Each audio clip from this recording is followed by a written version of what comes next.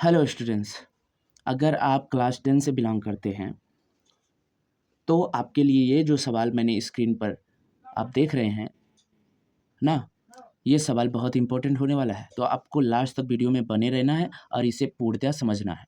ठीक है, चलिए फिर इस सवाल को पढ़ते हैं, फिर समझते हैं और फिर सॉल्व करते हैं। पहले सवाल को पढ़ लेते हैं। आफताब अपनी पुत्री से कहता है, 7 वर्ष पूर्व मैं तुमसे 7 गुनी आयु का था।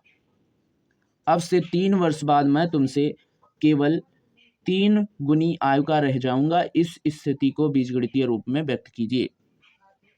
तो सबसे पहले आपको क्या करना है, लिखना है दोनों की वर्तमान आयु मान लेना है। दोनों की वर्तमान आयु मान लेना है, पुत्री की और पिता यानी आफताब की, दोनों की वर्तमान आयु मान लेना है। पुत्री की वर्तमान आयु मान लेते हैं x और पिता की मान लेते हैं y। यहाँ कहना क्या है, 7 वर्ष पूर्व मैं तुमसे 7 गुनी आयु का था। 7 वर्ष पूर्व का बनाना है तो इसमें क्या करना पड़ेगा, -7 करना पड़ेगा। यहाँ भी -7 करना पड़ेगा। क्या मान ली y। अब 7 वर्ष पूर्व की बात कर रहा है तो सब दोनों में से हम 7 घटाएंगे तो 7 वर्ष पहले की आयु हो जाएगी। अब कह रहा है पिता की 7 वर्ष पूर्व मैं तुमसे 7 गुनी आयु का था।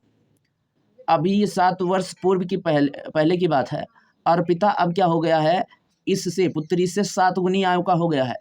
अगर हम पिता की आयु के बराबर इसे करना चाहेंगे तो पुत्री की आयु में मुझे क्या करना पड़ेगा, 7 से गुणा करना पड़ेगा और ऐसे में पिता और पुत्री की आयु जो है वो बराबर हो जाएगी और यह बन जाएगा तुम्हारा क्या, समीकरण 1।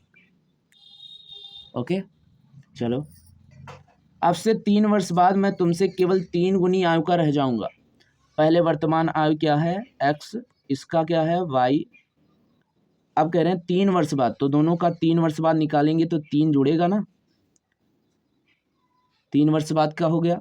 अब कह रहा है 3 वर्ष बाद 3 गुने का रह जाऊंगा। तो अब तो पिता 3 गुना हो गए हैं ना, तो अगर इसे बराबर करना है तो पुत्री की आयु में 3 से हमें गुणा करना पड़ेगा तो पिता की आयु के बराबर हो जाएगी। तो ये भी बराबर हो गए और समीकरण बन गया 2।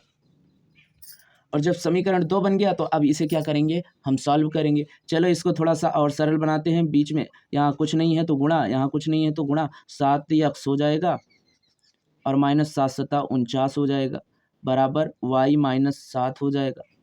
फिर उसके बाद ये वाला हम करते हैं ना, तो ये 3x हो जाएगा और फिर क्या हो जाएगा, -3 × 3 = 9 हो जाएगा। फिर उसके बाद क्या हो जाएगा, y + 3 हो जाएगा। अब क्या करेंगे, इन दोनों समीकरणों को हम क्या कर लेंगे,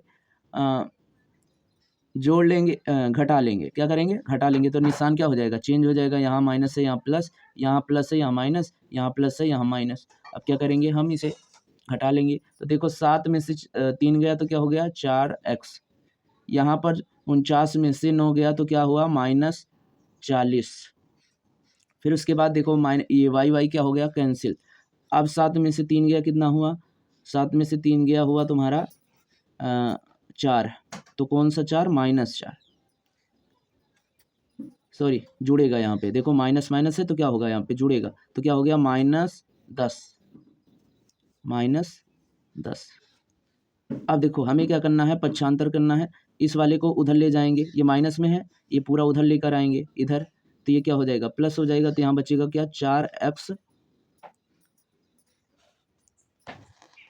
क्या बचेगा, 4x और बराबर ये इधर जा रहा है, यहाँ पहले से -10 है, ये इधर जा रहा है तो ये प्लस हो जाएगा, 40 हो गया।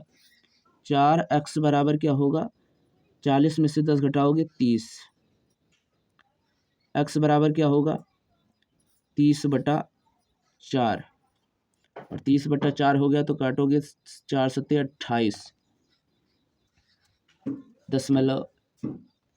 अब यहाँ पे कितना बचा है, 2 बचा है तो 4 × 5 = 20, 7.5 यानी 7 वर्ष 5 महीने का वर्तमान में लड़की है ना।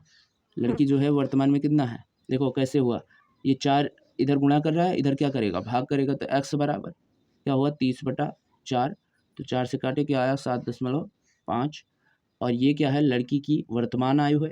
तो पिता की वर्तमान आयु क्या होगा y है, y की वैल्यू तुमको निकालना पड़ेगा ना। तो किसी एक समीकरण पर तुमको क्या करना पड़ेगा रखना पड़ेगा और फिर उसके बाद पिता की आयु निकल जाएगी।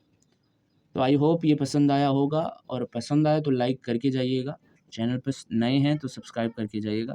फिर इसी तरह की वीडियो हम आपके लिए लाएंगे।